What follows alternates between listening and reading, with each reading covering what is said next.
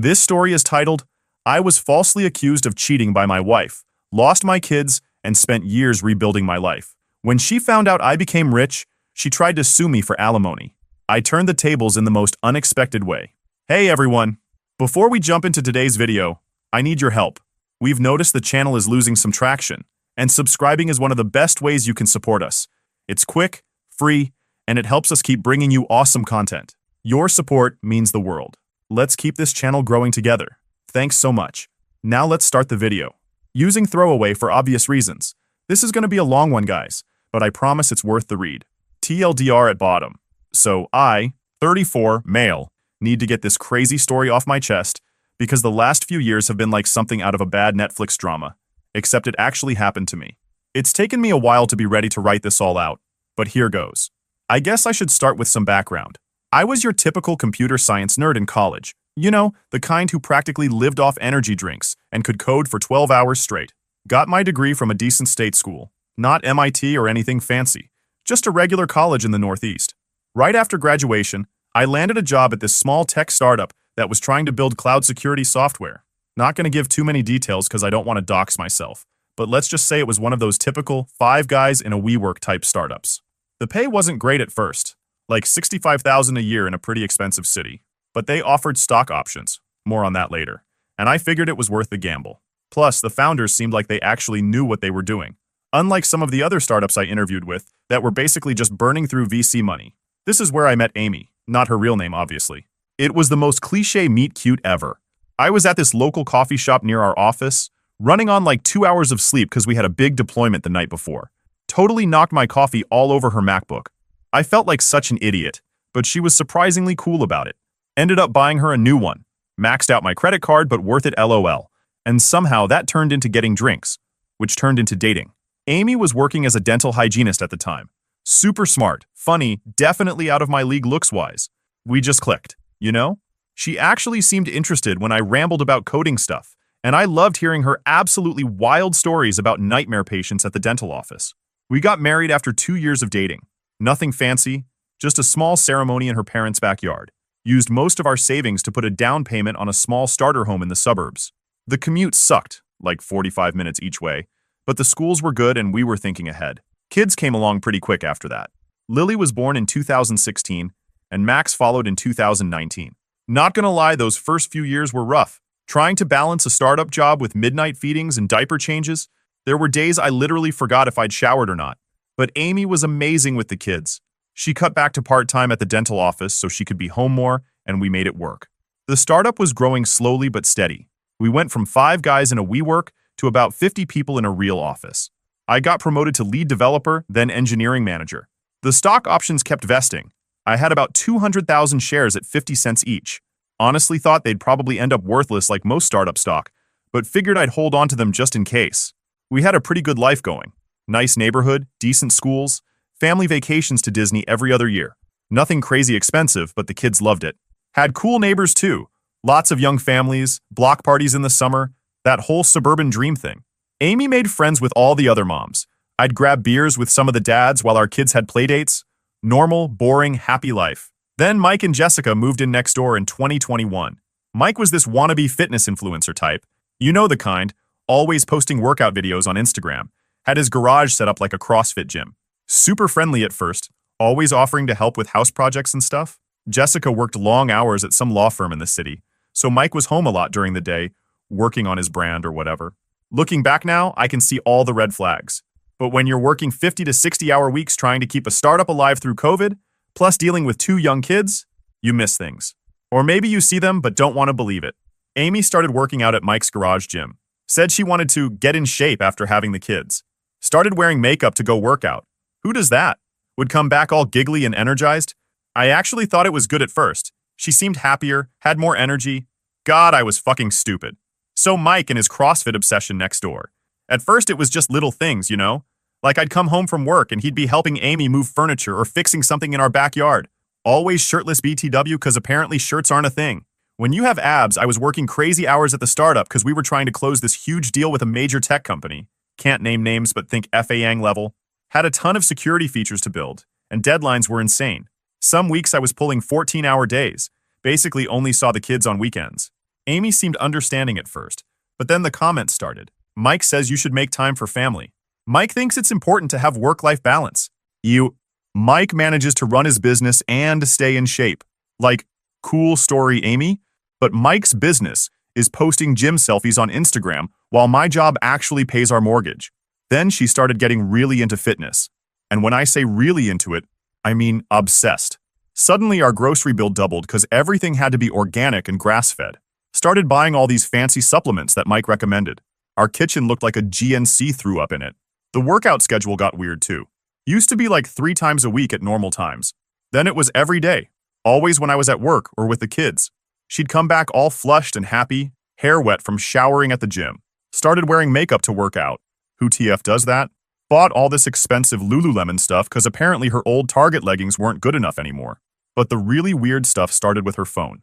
Amy was never really a tech person before. Like she'd leave her phone in random places and not care. Suddenly, she's glued to it 24/7. Always texting, always with the screen tilted away from me. Got a new password and wouldn't tell me what it was. We used to know each other's passwords, not because we snooped, but just in case of emergencies with the kids. The worst part? She started getting super aggressive about everything. Like I'd ask what she wanted for dinner and she'd snap at me saying I never help with meal planning. Or I'd try to talk about my day at work and she'd roll her eyes and say, "Not everything is about your precious startup." Real Jekyll and Hyde shit. One day I was playing with Max in the backyard and saw Mike spotting Amy during some kind of workout through their garage window. Dude was literally pressed up against her helping with her form or whatever. Max waves and goes, "Mommy and Mike are best friends." Yeah, buddy, I bet they are. I tried talking to her about it. Told her I was feeling weird about how much time she was spending over there. Big mistake. She absolutely flipped out. Started screaming about how I was controlling and jealous, how I was trying to stop her from having friends, how I was never home anyway, so why did I care? Then she started picking fights about money. The startup wasn't paying great. We were still in growth phase, but we were comfortable.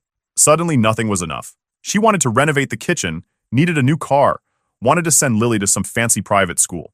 When I explained about startup salary versus stock options, she'd get this look like I was speaking alien. Looking back, I should have seen what was coming. Started noticing weird charges on our credit card, fancy restaurants I never went to, hotel charges in our own city. Who needs a hotel 20 minutes from home? Some lingerie place I definitely never saw her wear anything from. The kids started acting different too. Lily, 8, went from being this happy chatty kid to super quiet. Max, 5, got clingy, would cry whenever I left for work. Once caught him talking to his stuffed animals about how Mommy and Mike are having a sleepover while Daddy works. Yeah, that hit like a truck. One night I came home early because our deployment got delayed. House was dark, but Amy's car was in the driveway. Heard music coming from Mike's garage gym. Walked over thinking maybe I should try to clear the air, talk man to man. Yeah, that was not what I found. Won't go into details, but let's just say Amy's workout routine definitely wasn't focused on fitness. Jessica, Mike's wife, was working late at her law firm like usual. Didn't confront them then. Just took a video on my phone and went back home. Sat in my car for like an hour just processing. Called in sick the next day, talked to a lawyer. Guy told me to act normal, gather evidence, don't let them know I knew. Hardest fucking week of my life pretending everything was fine while they were literally doing their thing next door. So I had the video of Amy and Mike's workout session saved in about 6 different places. Was gonna confront Amy that weekend when my parents could take the kids. Had it all planned out. Divorce papers ready, evidence documented, everything. But Amy and Mike had their own plan, and they moved first. It was a regular Tuesday. I was at work, knee-deep in code reviews, when my team lead messages me to come to HR. Weird, but not totally unusual, given all the Amazon acquisition talks happening. Walk in, and there's 2 cops waiting. Fuck. Turns out Amy had gone to the police that morning with bruises, claiming I'd beaten her during an argument about money. According to her, I'd lost control when she confronted me about spending too much time at work. She even had pictures of bruises on her arms and face. Cops arrested me right there in the office. Most humiliating moment of my life. Getting handcuffed in front of all my coworkers. Spent 48 hours in jail before my brother could post bail. Lost my phone, no access to my work laptop. Company policy with arrests. Couldn't go home because of the emergency restraining order Amy filed. Had to sleep on my brother's couch while wearing an ankle monitor like some kind of criminal. The company put me on administrative leave. Their nice way of saying you're fired, but we'll wait for the PR nightmare to die down first. 15 years of clean record, never even had a parking ticket, and suddenly I'm a domestic abuser? My face was in the local news. Local tech executive arrested for domestic violence. Yeah, that went great with potential employers. Here's the really fucked up part. Amy and Mike had planned this for weeks. Found out later they'd been documenting every argument we had, aka normal conversations they twisted.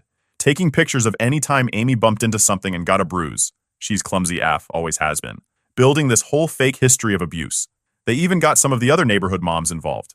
Suddenly, these women I'd had BBQs with, whose kids had birthday parties at our house, were writing statements about how they'd always suspected I was abusive. How they'd heard arguing from our house. Yeah, 'cause Amy was screaming about CrossFit at 6 a.m. One even claims she saw me grab Amy's arm aggressively while getting groceries from the car. I was helping her carry bags 'cause she'd sprained her wrist doing whatever with Mike. The worst part? CPS got involved. Amy got emergency custody of the kids.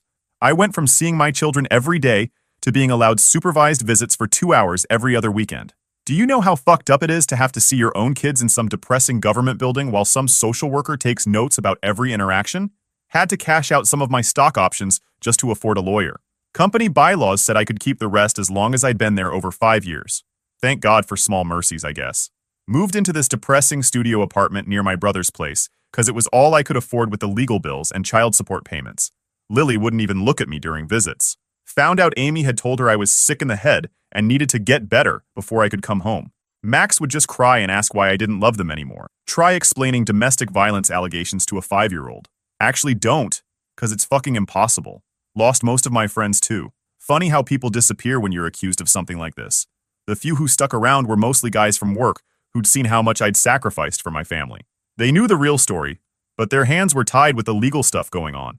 Meanwhile, Mike and Amy weren't even trying to hide it anymore. He'd moved out of his house with Jessica, who apparently had her own shit to deal with once she found out about everything.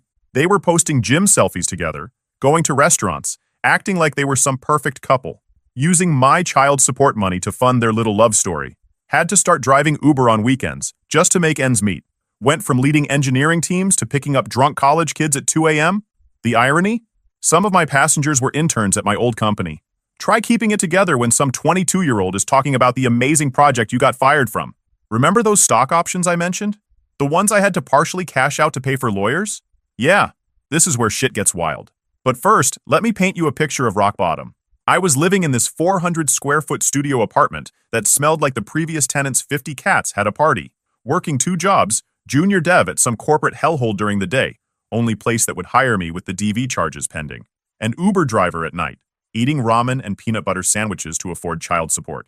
Still had about 200,000 shares of my old company's stock that I couldn't sell due to lockup periods. The startup was doing okay. Not great, but surviving. We had this security software that helped companies manage their cloud infrastructure. Boring tech stuff, I know.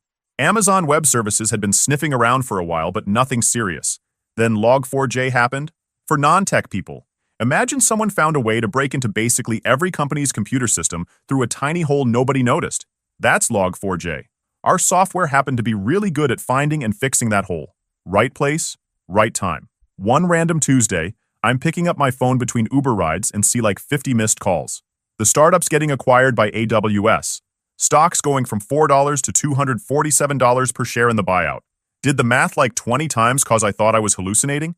200,000 shares times $247 equals $49.4 million before taxes. First thing I did? Threw up. Second thing?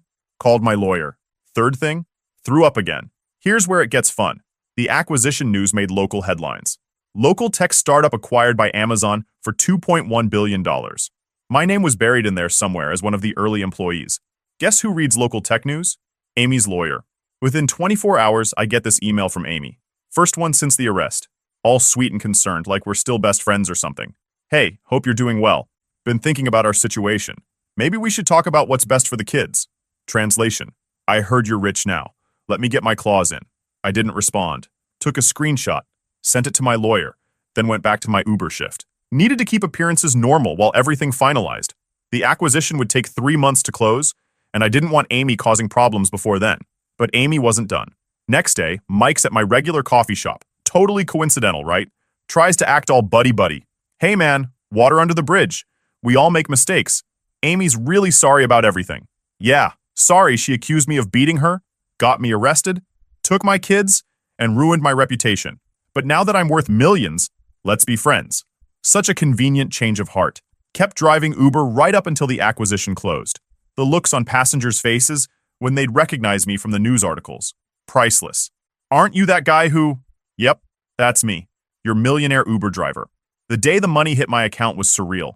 After taxes and fees, ended up with about $28 million. First thing I did? Bought a modest 3-bedroom house in a gated community. Nothing flashy, but it had good security and was in the kids' school district. Set up college funds for Lily and Max. $2 million each in trusts they can't touch till they're 25.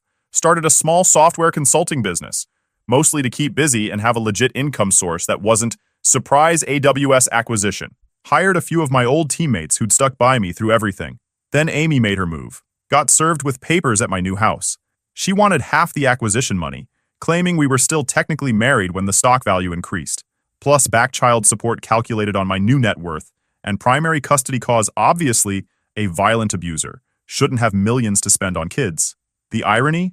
If she hadn't set me up, hadn't got me arrested and forced me to cash out some shares early, she might have had a case for half. But there's this funny thing about documented domestic violence accusations.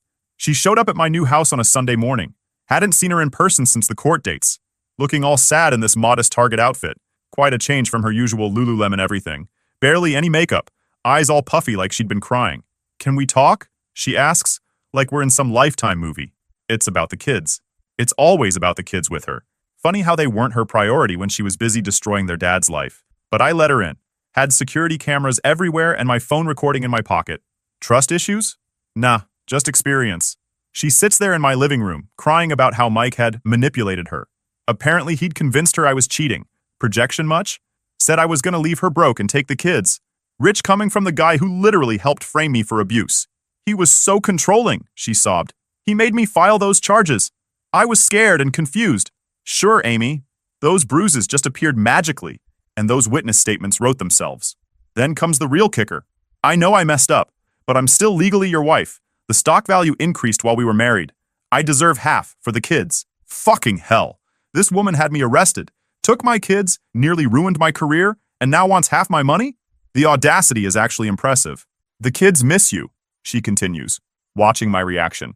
We could be a family again. Start fresh. Yeah, 'cause nothing says fresh start like false domestic violence charges. She'd clearly practiced this speech. Talked about how she'd gone to therapy. Doubt. How she'd realized her mistakes. Sure. How Mike had been the real abuser. Ironic. Even brought up our first date at that coffee shop. Like memory lane was gonna make me forget everything. The whole time she's talking, my phone's blowing up. Turns out she told her lawyer she was attempting reconciliation, trying to establish some bullshit narrative about us working things out when the money hit. Then she starts with the waterworks about how hard things have been. Living in a small apartment. Karma's a bitch. Working extra shifts at the dental office. Oh no, actual work. Can barely afford the kids' activities. Maybe stop buying $200 leggings. I never wanted any of this, she says. Mike made me think you were this monster.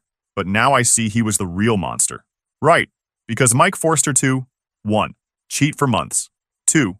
Plan elaborate abuse accusations. 3. Get me arrested at work. 4. Take my kids. 5. Spend my child support on gym gear. 6. Lie to everyone we knew. But here's the best part. She pulls out her phone, shows me pics of the kids. Recent ones I hadn't seen, 'cause, restricted access. Lily at her dance recital. Max playing soccer. All the moments I'd missed. They need their dad, she says. We can fix this.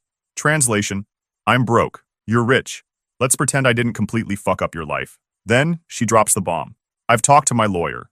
If we can't work this out, well, I have rights. The stock value increased during our marriage. And with your history of domestic violence. Ah, there it is. The threat behind the tears. Classic Amy. I let her finish her performance. Even offered her some tissues. The cheap rough ones, not the fancy soft kind. Then I just said, I'll have my lawyer contact yours, and showed her out. The second she left, called my lawyer. Turns out Amy had been busy, filed for emergency spousal support based on the acquisition money, tried to modify the custody agreement, claiming my newfound wealth made me a flight risk, even reached out to some of my old coworkers looking for dirt. The real comedy? She's still posting inspirational quotes on Instagram about rising above negativity and finding your truth. Between those and gym selfies with her new trainer, guess Mike got replaced. You guys aren't gonna believe what happened in court. Remember those security cameras I mentioned? Yeah, they're about to become important. Court date was set for last month. Amy shows up looking like she raided the Salvation Army. Plain dress, no makeup, hair and a messy bun. Real, struggling single mom vibes. Even had the kids with her, against court orders BTW, sitting in the front row like props in her little show. Her lawyer goes first. Dude's wearing a suit that probably cost more than my first car. Starts painting this picture of Amy as this devoted wife who supported her husband through his tech career and sacrificed her own ambitions to raise our kids. Claims she deserves half the acquisition money because her emotional support was crucial to the company's success. Yeah, such great emotional support. Nothing says I believe in you like false DV charges. Then, they bring up the domestic violence stuff again. Try spinning it like I'm this volatile tech bro who got lucky with stocks and might flee the country with my millions. Even had the balls to suggest I might be dangerous now that I have unlimited resources. My lawyer, Greg, absolute legend, just sits there taking notes, looking bored. Amy keeps shooting me these little worried looks, probably wondering why we're not freaking out about their bullshit story. Then it's our turn. Greg stands up, straightens his tie, and says, "Your Honor, before we begin our defense, I'd like to present some new evidence that's recently come to light. Cue the security camera footage from my house."